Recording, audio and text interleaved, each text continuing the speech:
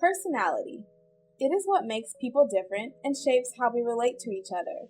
There are many factors or traits involved in personality, but we will concentrate on 5 traits that best describe people across cultures. They are openness, conscientiousness, extroversion, agreeableness, and neuroticism. Together, these are known as the Big Five. The traits can be generally described in the following ways. Openness, appreciation for art, emotion, adventure, and unusual ideas. Imaginative and curious. Conscientiousness, a tendency to show self-discipline, act dutifully, and aim for achievement. Extroversion, energy, urgency, and the tendency to seek stimulation and the company of others. Agreeableness, a tendency to be compassionate and cooperative rather than suspicious and antagonistic towards others. Neuroticism, a tendency to easily experience unpleasant emotions such as anxiety, anger, or depression. Before getting too far into the Big Five trait theory, let's look at some of the history behind personality theory. In 1937, Gordon Allport wrote the influential book, Personality. In this book, he developed his ideas about traits, viewing these as the basic structural elements of personality. Along with H.S. Oldbert, he extracted 18,000 personality-describing words from dictionaries. From this gigantic list, they extracted 4,500 personality-describing adjectives, which they considered to describe observable and relatively permanent traits. In 1946, through a series of steps, Raymond Cattell generated 16 factors, which today construct the popular 16PF personality questionnaire. The result was the hypothesis that individuals describe themselves and each other according to 16 different independent factors. Then, in 1963, W.T. Norman replicated Cattell's work and suggested that 5 factors would be sufficient. Now back to the Big Five. Each of the following traits will include photos of people who fit into both extremes of each trait. Openness, or openness to experience, describes a dimension of cognitive style that distinguishes imaginative, creative people from down-to-earth, conventional people. Open people are intellectually curious, appreciative of art, and sensitive to beauty. They tend to be compared to closed people, more aware of their feelings. People with low scores on openness to experience tend to have narrow common interests. They may regard the arts and sciences with suspicion, regarding these endeavors as abstruse or of no practical use. Closed people prefer familiarity over novelty. They are conservative and resistant to change.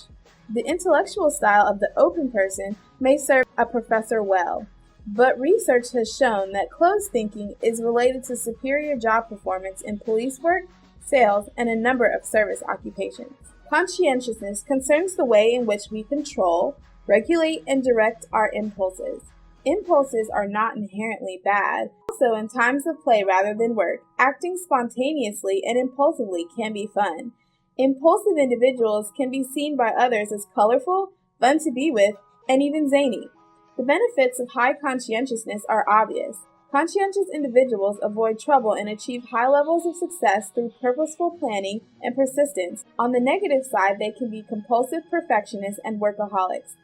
Unconscientious people may be criticized for their unreliability and failure to stay within the lines, but they will experience many short-lived pleasures and they will never be called stuffy. Extroversion is marked by pronounced engagement with the external world. Extroverts enjoy being with people, are full of energy, and often experience positive emotions.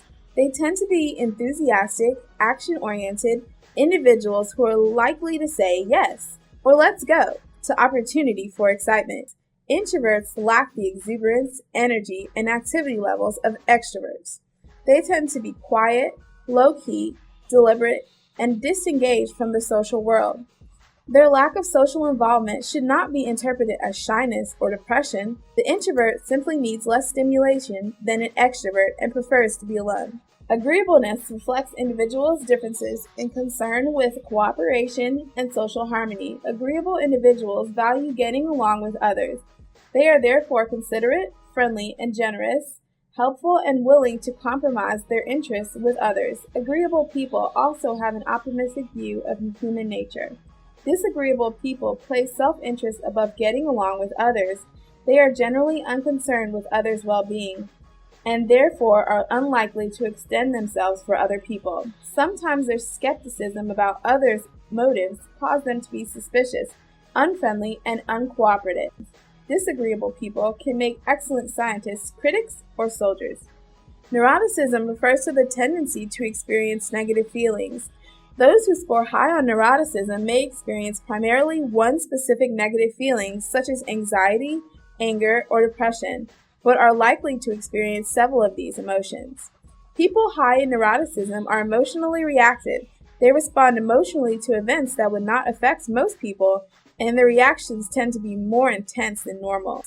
At the other end of the scale, individuals who score low in neuroticism are less easily upset and are less emotionally reactive. They tend to be calm, emotionally stable, and free from persistent negative feelings. Freedom from negative feelings does not mean that a low score experiences a lot of positive feelings. Openness, conscientiousness, extroversion, agreeableness, and neuroticism. These are the 5 traits that make up the Big 5 trait theory. Where do you fit in?